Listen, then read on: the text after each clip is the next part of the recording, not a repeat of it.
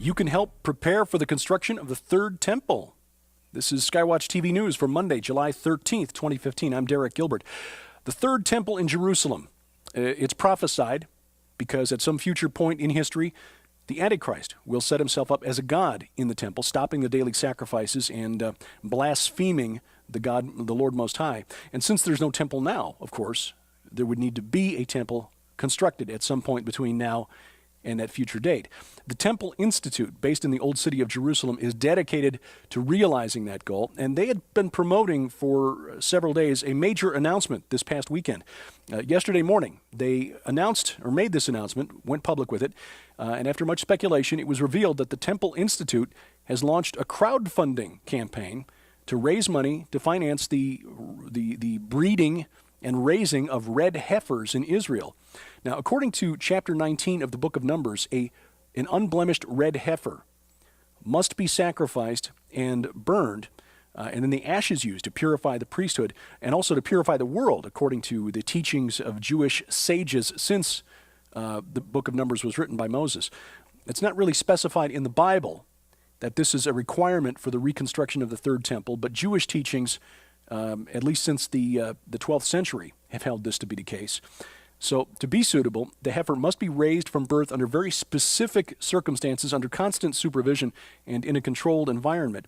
If you watched the TV series on the USA Network this year, Dig, you got a sense of how important this red heifer is to the third temple.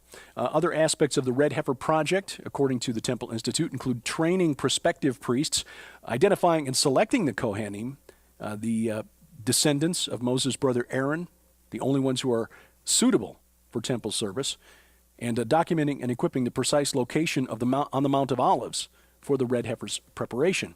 Now, a potential red heifer in New Jersey that had been identified in 2013, only made known to the public a couple of months ago, has disqualified herself from temple service. The owner of this red heifer, who is the son of Holocaust survivors, was offered $1 million for the heifer. He declined, said that when Messiah comes, he would donate the heifer. But last Wednesday, the heifer became a cow when she gave birth to a black calf.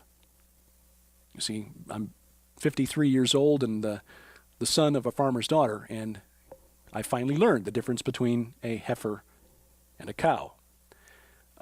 According to the 12th century Rabbi Maimonides, this disqualifies the cow from service in the temple, the second red heifer in the last 2 years to be disqualified, and so the search continues. United Nations Cultural Organization, UNESCO, has sided with the country of Jordan in a rivalry with Israel over the site of Jesus' baptism. The Christian pilgrims have traveled to the Jordan River to connect with this event, the baptism of Jesus by John the Baptizer. But since we don't know exactly where that happened, they've been entering the water from both the east bank, the Jordan side of the river, and the west bank, the Israel side of the river.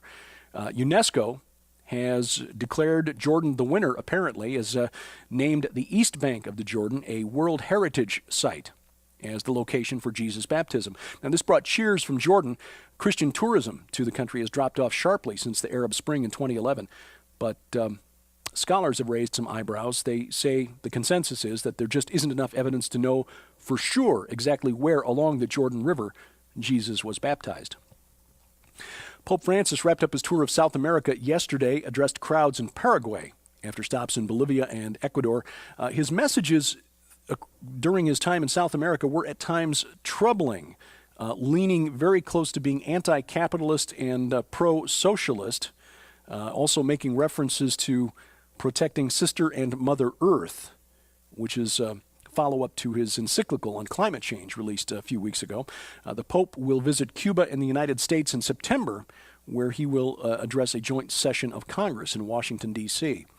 And when he arrives, climate change skeptics who disagree with the Pope's position on climate change will have some new ammunition. A new model of solar activity that's been surprisingly accurate, according to some researchers, predicts that we could be in for a mini ice age within the next 15 years.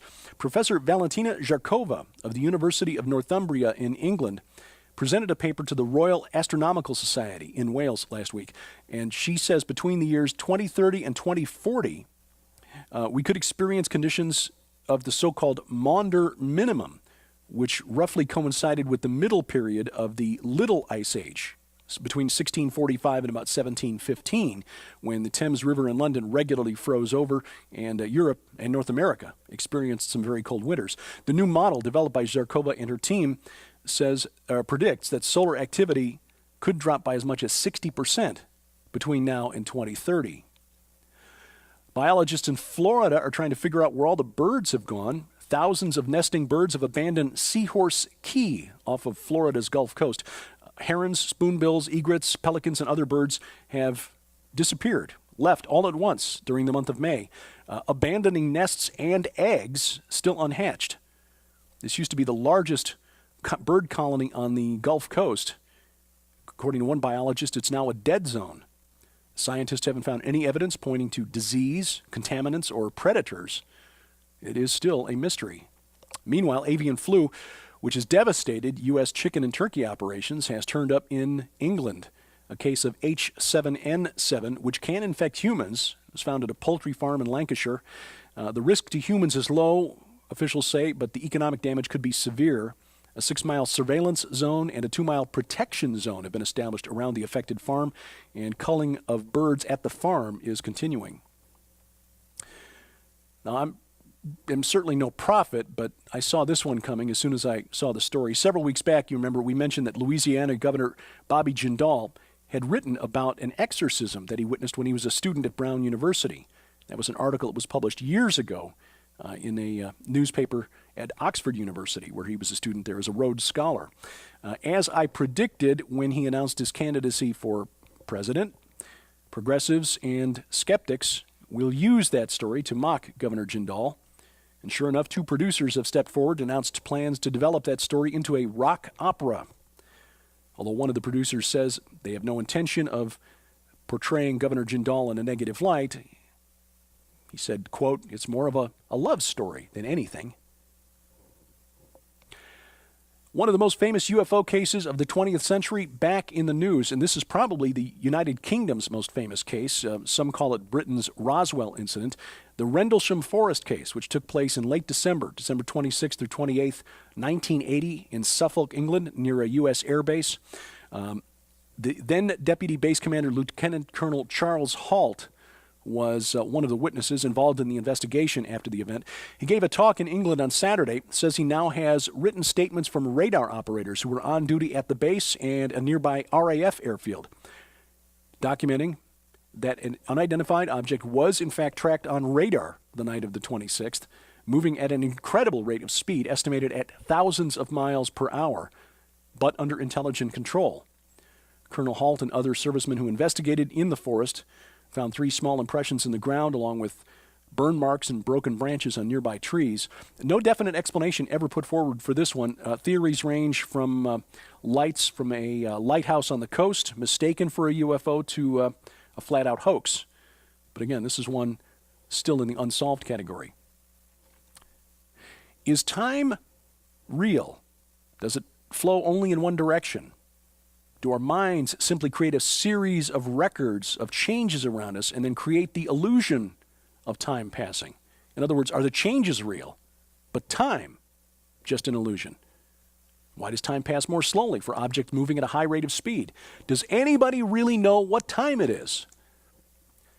Physicists and philosophers have been arguing, debating the meaning of time, the essence of time, the nature of time for generations. My favorite explanation, of course, comes from the long-running British science fiction television show, Doctor Who.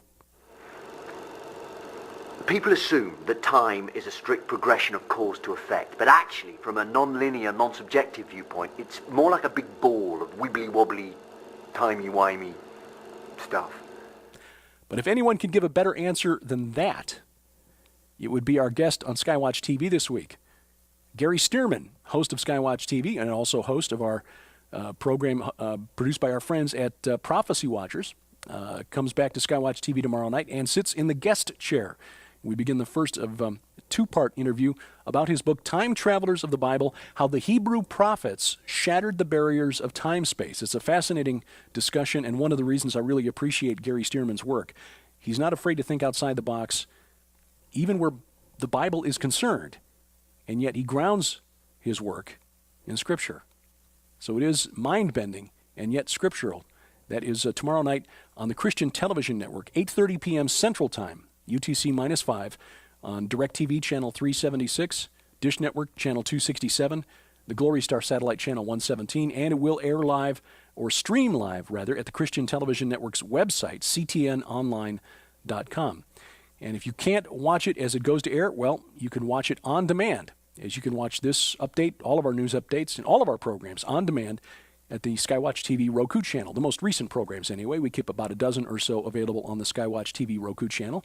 If you'd like specific instructions on how to add the channel to your account, log on to skywatchtv.com/Roku, or just log into your Roku account with your laptop, mobile device, and search the channel store for SkyWatch TV. Your support is critical to bringing messages that you just don't hear anywhere else in Christian media to the public. And we appreciate your prayers and your financial support. And as a way to thank you for your financial support during the month of July, your gift of $10 or more will get you a copy of Dr. Gary Smalley's book, I Promise, How 5 Commitments Determine the Destiny of Your Marriage. It's our way of thanking you for your continued support here at SkyWatch TV. And instructions on how to give are posted at the website, skywatchtv.com. We also appreciate your comments, questions, and suggestions. Have ideas for us, a topic that you'd like us to cover, or a direction you would like us to take a program that you would find interesting and informative, send those emails to me, dgilbert@skywatchtv.com. Thank you for watching. As we keep watch, I'm Derek Gilbert, and this is SkyWatch TV.